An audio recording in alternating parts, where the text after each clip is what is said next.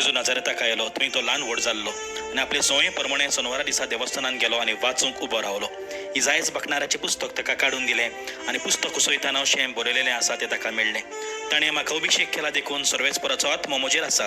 गरिबांक बरी खबर दिवंक, कैद्यांक सुटका परगटूंक आनी कुड्ड्यांक पुत्त नदर दिवंक, जुलमांक सांपडलेल्यांक सोडूंक आनी सर्वेस्पराचे मजतीचें वरस कोळीक करूंक ताणें म्हाका धाडला.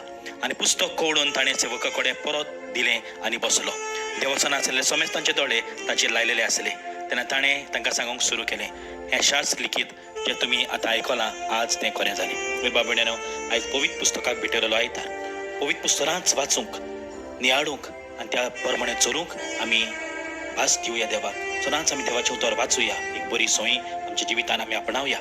तेच भाशेन सर्वेस्पराचो आत्मो जो जेजूचेर आसलो तोच आत्मो देवान आमकांय दिला.